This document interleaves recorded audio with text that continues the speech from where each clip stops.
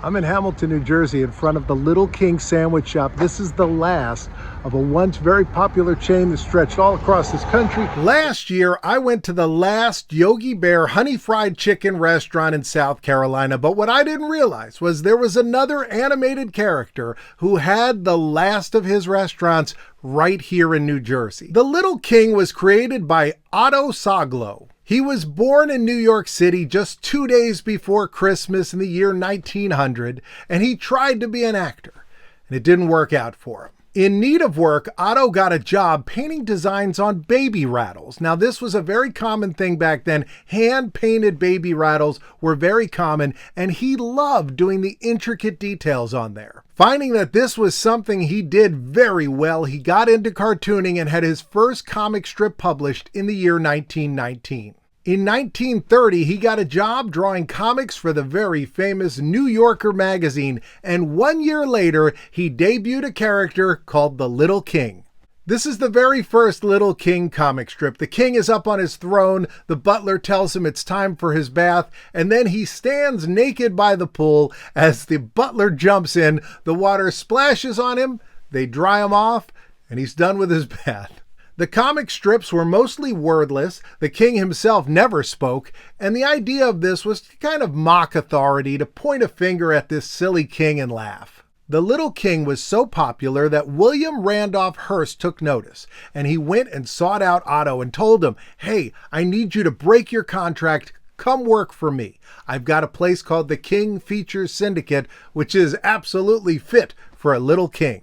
Otto agreed, and in his last comic strip for the New Yorker, we saw the king witnessing a riot. People rioting in his kingdom, trying to overthrow the monarchy. So what does the king do? He goes outside and joins them. However, his contract said he couldn't bring his characters over for another year. So from 1933 to 1934, there could be no Little King anywhere but in the New Yorker. So instead, Otto came up with a character called the Ambassador. The Ambassador was designed to look exactly like the Little King. In fact, when they switched from the Ambassador to the Little King, they just changed the title of the strip and changed the way that the Ambassador was dressed to give the illusion to the reader that maybe the Ambassador was the Little King the entire time and he was just wearing a different costume. So 1934, the Little King debuts from King Features Syndicate, pushed out to newspapers all across the country. The Little King was so popular that Beuren Studios, one of the top animation studios of the day,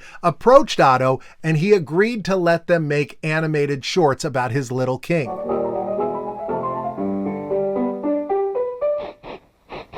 There's another one where the king visits the jail, and this shows off the way the king would behave in the strips. He's very childlike. As he visits the jail, he gets down on the floor to play checkers with the inmates. There's also another one where he celebrates Christmas by getting in a bathtub with two hobos.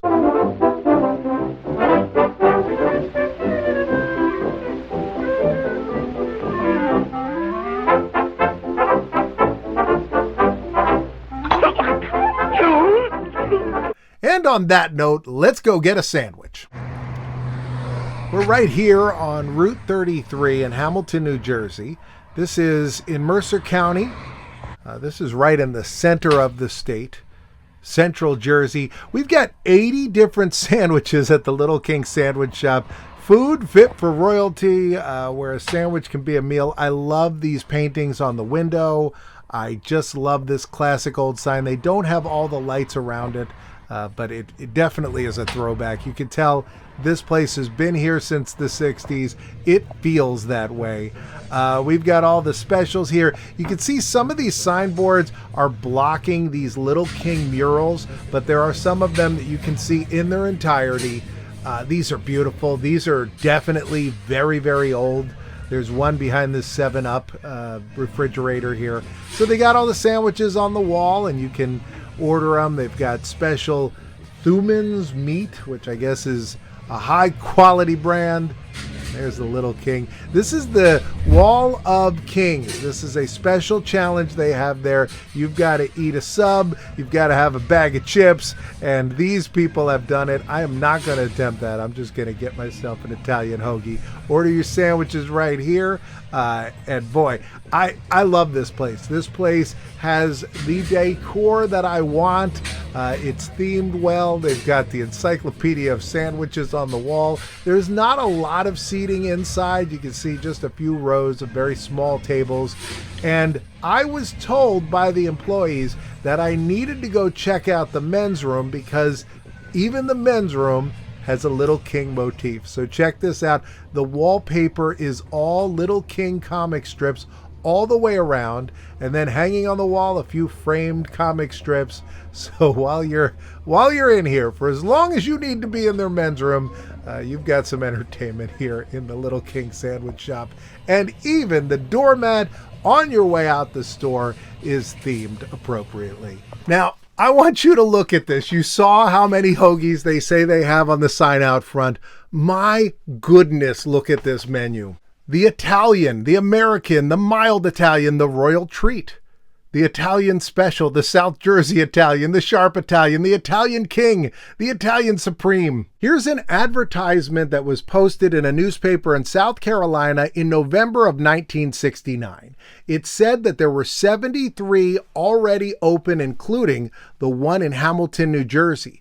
And they said that back then you could get your own franchise for just $24,000. Here's a picture of one that was in Galesburg, Illinois, where a sandwich can be an entire meal.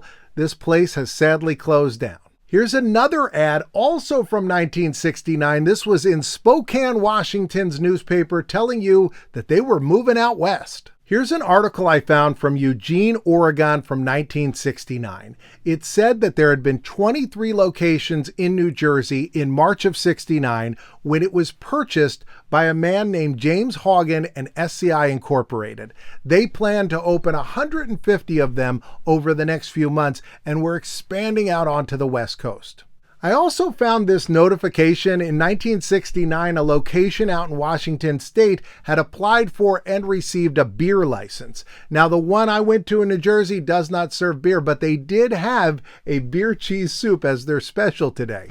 I found some locations in Omaha that are still open, but I don't think they count. It sounds like they were initially connected, but today they don't even use the king on their logo at all, whereas the one in Hamilton really leans into the character of the Little King. Now, I did find some old advertisements that did not use the drawing of the Little King. They used this alternate version, and I think he looks a lot more like the Burger King king of that time. Here's an ad from Hollywood, California, saying that this was the official sub of the LA Forum. In those days, you could always smoke at a fast food joint, and here are some Little King ashtrays with that alternate king logo. Now, as for the comic strip, Otto passed away in April of 1975, and a few months later, the final strip ran.